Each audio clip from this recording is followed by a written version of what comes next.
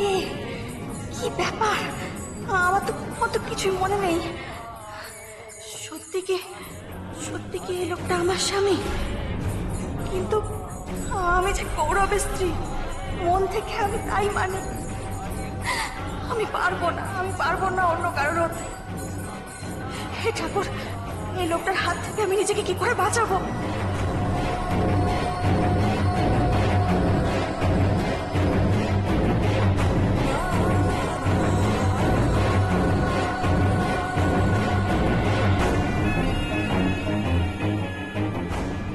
ওই তো আমার চন্দনা পাখি, বড় দুষ্ট, কিছুতেই ধরা দিতে চায় না।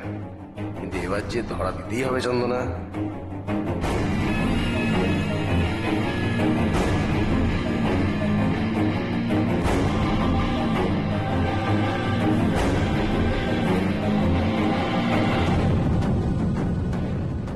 চন্দনা!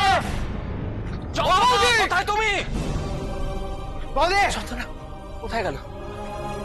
এদিকেই তো দেখালো আমলকি। কোন দিকে? এখানেই দেখালো। আরে কি হয় আমার সঙ্গে বারবার বারবার এটা কেন হয়? কেন হয়? কেন হয়?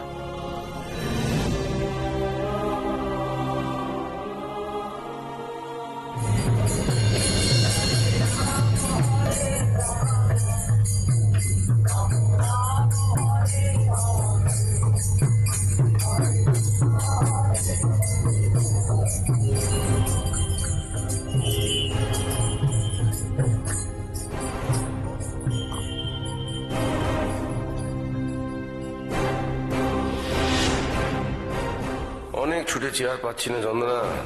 ছোঁয়াছুঁয়ি খেলার বয়স নেই আর, খেলাটা শেষ করতে হবে এবার।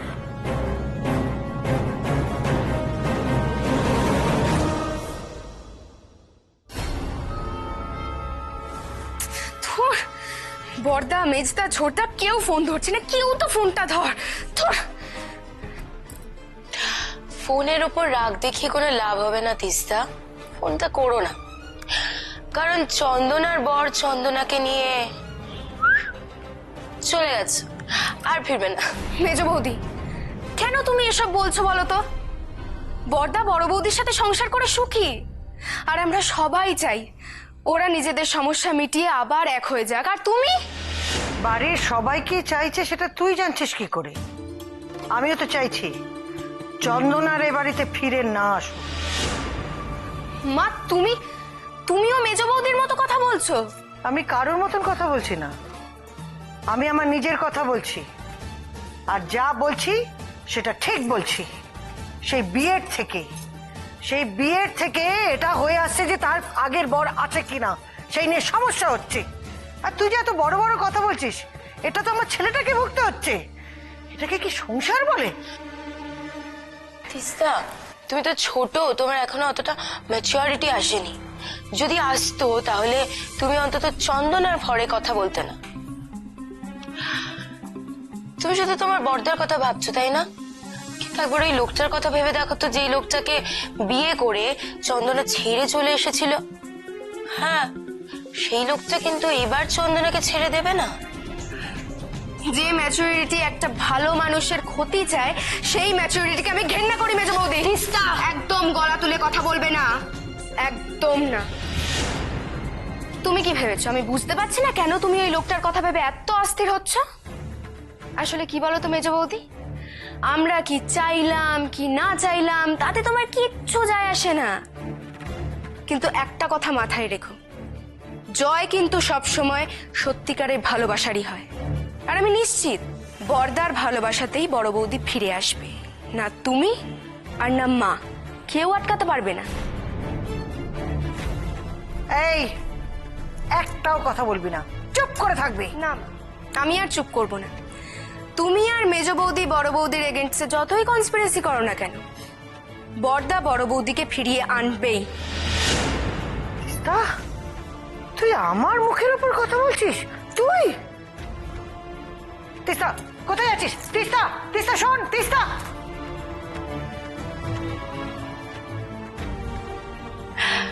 ফিরিয়ে আনলেই কি আমি ফিরিয়ে আনতে দেব? চন্দনা যাতে এই বাড়িতে আর কোনোদিনও ফিরতে না পারে সেই ব্যবস্থা এবার পাকা হবে। পুরো ফুল প্রুফ, কোথাও কোনো ফাঁক থাকবে না।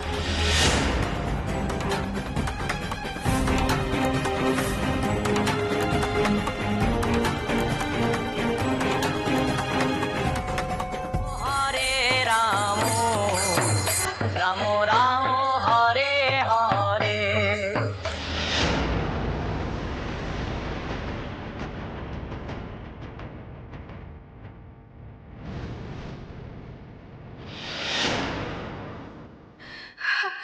লোকটা লোকটা এখনো আমাকে ফলো করছে। উফ, কিছুতেই এই লোকটার হাতে ধরা পড়া চলবে না আমার। যেভাবেই হোক আমাকে ওর নজর এড়িয়ে পালাতেই হবে।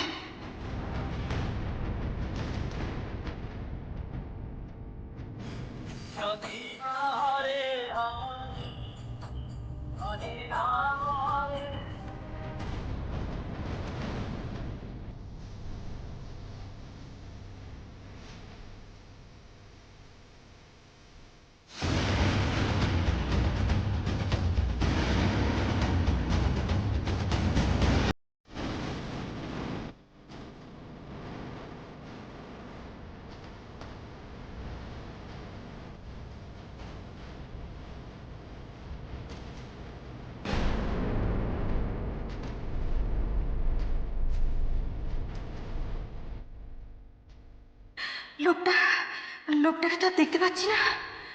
তাহলে বোধহয় আমার খুঁজে না পেয়ে চলে গেছে।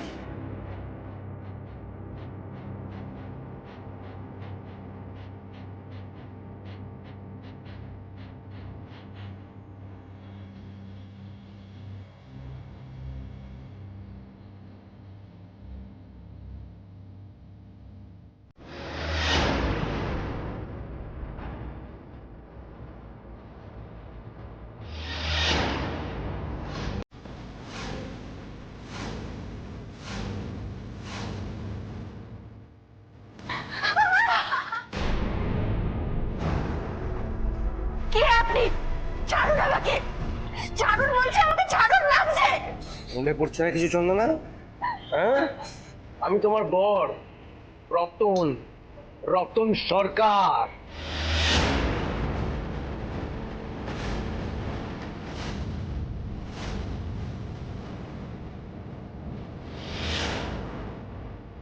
যাত্রা তো ভালোই করতে, এখন আর যাত্রা করো না। না চিনতে পারছো না আমাকে, তাই তো? আমাকে না চিনতে পারলে না, কিন্তু আমার মারটা তো হলোনি। হ্যাঁ, কে বলে কি আর কোনো হাতটা মুচকে সবকিছু মনে পড়ে যাও ভক ভক করে। দয়া করুন আমার উপর, কেন এমন করছেন আমার সাথে? প্লিজ ছেড়ে দিন আমার হাতটা। ছেড়ে দিলাম। তোমার লজ্জা করে না? না, একটা নষ্ট মেয়ে, আরে জলজান্ত বর থাকতে আরেকটা বিয়ে করলে তুমি? হ্যাঁ, কি ভেবেছিলে একটা ভালো ছেলেকে ফাঁসিয়ে আমাকে পথে বসিয়ে দেবে? হ্যাঁ, আমার মুখটা পাল্টে গেছে, আমাকে কেউ চিনতে পারবে না, রতন কেমন কেউ চিনতে পারবে না, রতন প্রমাণ করতে পারবে না রতন তোমার বর, এটাই ভেবেছিলে তো? মুখটা তো বদলেছে তোমার জন্য। আমার জন্য না, তোকে আমার বাবার জন্য। তোমার জন্য আমার অ্যাক্সিডেন্ট হয়েছিল, এমন চোট পেয়েছিলাম যে মুখটা আমাকে অপারেশন করে চেঞ্জ করতে হয়েছে। আমাকে আমি কেউ চিনতে পারে না, কিন্তু তোমাকে চিনতে হবে চন্দনা। তোমাকে আমার সাথে আমার বাড়ি যেতে হবে, মনে আছে চন্দনা রানী? হ্যাঁ, না না, মারছি না। তুমি গুড় বানাতে, গুড় বিক্রি করে যে টাকা পেতে, সেই পয়সা আমি হাতেই নিতাম। তুমি যাত্রা করতে, যাত্রায় অভিনয় করে যে টাকা পেতে, সেই টাকাও আমি হাতিয়ে নিতাম। এখন তুমি কোটিপতির মেয়ে, সেটা জেনে আমি কি করে ছেড়ে দিই বলো তো? আমি তোমার কাছে ফিরবো না? হ্যাঁ,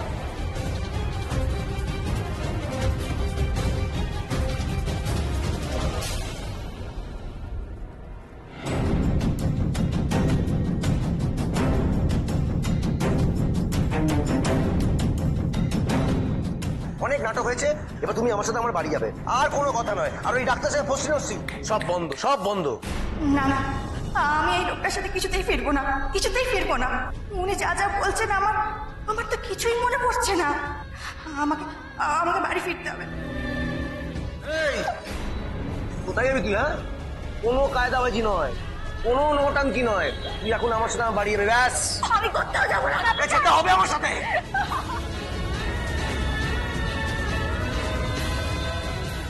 ছেড়ে দিন আমাকে,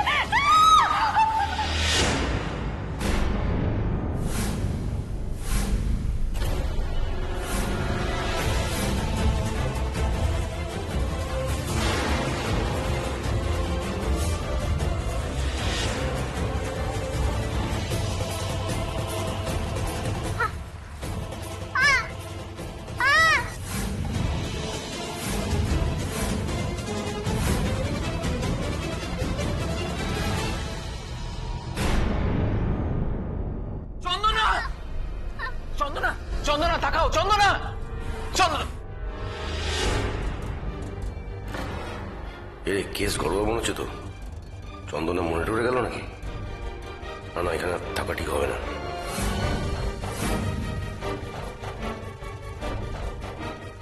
তোকে কিছুতেই ছাড়বো না, কিছুতেই না। দাদা তুই বৌদির কাছে থাক, আমরা লোকটাকে দেখছি। চল।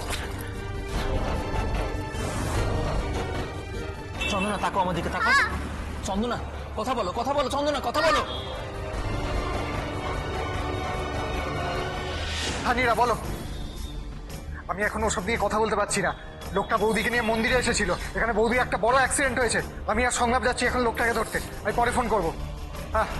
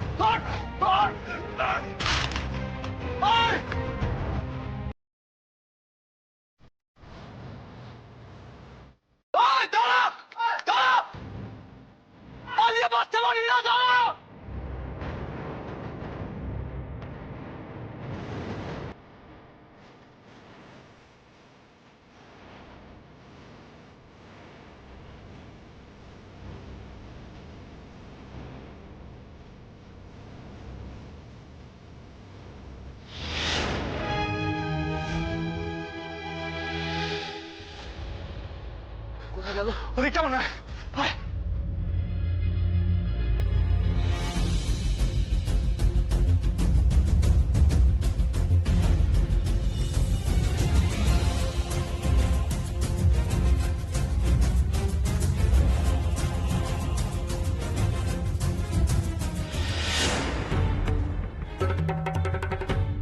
এ তো চন্দনা বাড়ির লোক।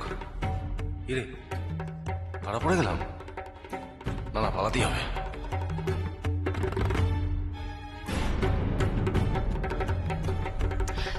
কি ভাবছো ধরিয়ে দেবো? ধরানোর হলে আমি তোমাকে বাঁচাতাম না। তোমাকে সত্যি আমি ধরাতে চাই না, তোমার সাথে কিছু কথা আছে। হ্যাঁ, তোমার সাথেই আছে। তোমাকে আমার দরকার, আর সেই জন্য কালকে তুমি সকাল 7টা নাগাদ যুবকবৃন্দ পার্কের সামনে চলে আসবে। ওখানে আমি থাকবো। এখন যাও, এখানে দুজনে দাঁড়িয়ে থাকলে ধরা পড়ে যাবো দুজনে। যাও যাও।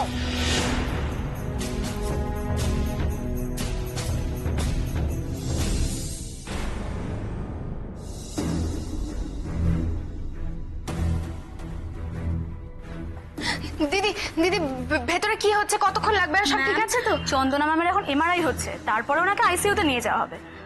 মনে হচ্ছে এক্ষুনি হয়ে যাবে। আমলকি, আমলকি,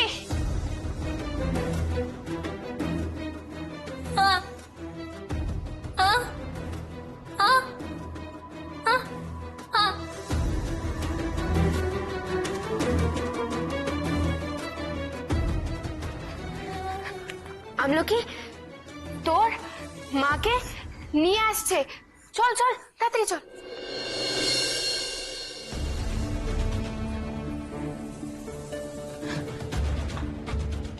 বড়দা, কিরে তোকে এরকম দেখাচ্ছে কেন?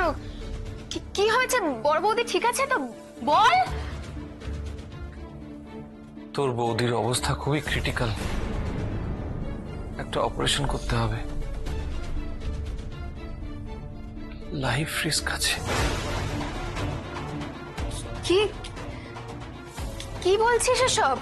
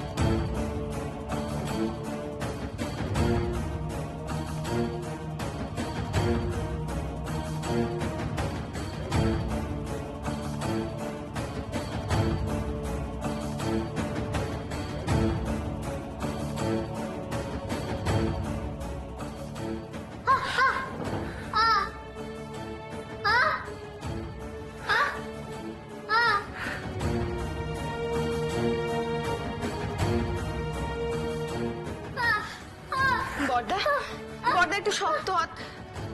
তুই কাঁদিস না, তুই ভেঙে পড়লে সব গোলমাল হয়ে যাবে। তুই দেখ আমলকি কেমন করছে, দেখ। তুই একটু শান্ত হ বড়দা, প্লিজ। আমলকি, মা এখন কথা বলবে না, কিচ্ছু শুনতে পাচ্ছে না। তুই শান্ত হ, মা ঘুমোচ্ছে। শান্ত হ মা, শান্ত। আমলকি, আমলকি, এদিকে এদিকে শোন, মা ভালো নেই, তোর কথা মা কিচ্ছু শুনতে পাচ্ছে না।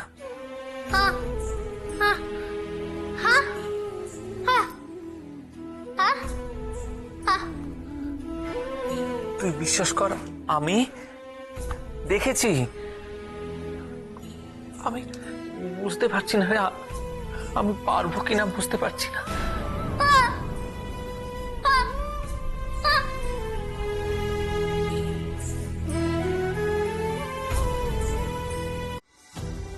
আমলকি, আমলকি আমার আমলকি, বড়দা তোকে আবার বলছি, তুই শক্ত হ বড়দা।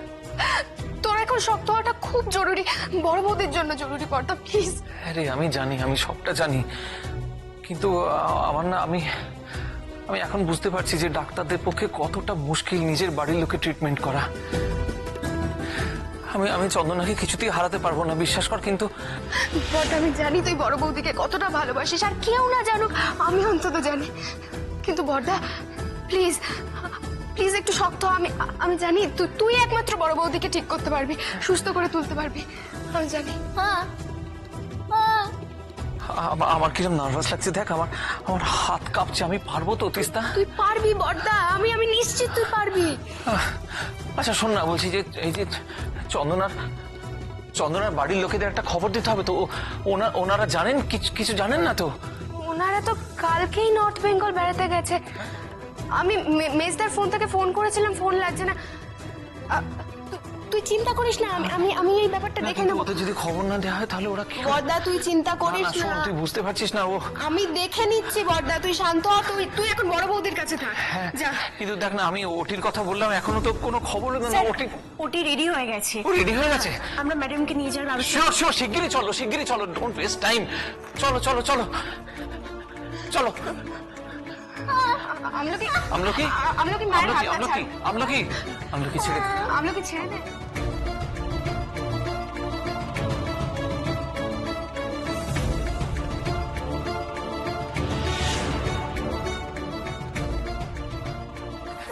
শোনো আমলকি, শোনো, দেখো মায়ের না ভেতরে অপারেশন করতে নিয়ে গেছে, তুমি ওখানে যেতে পারবে না।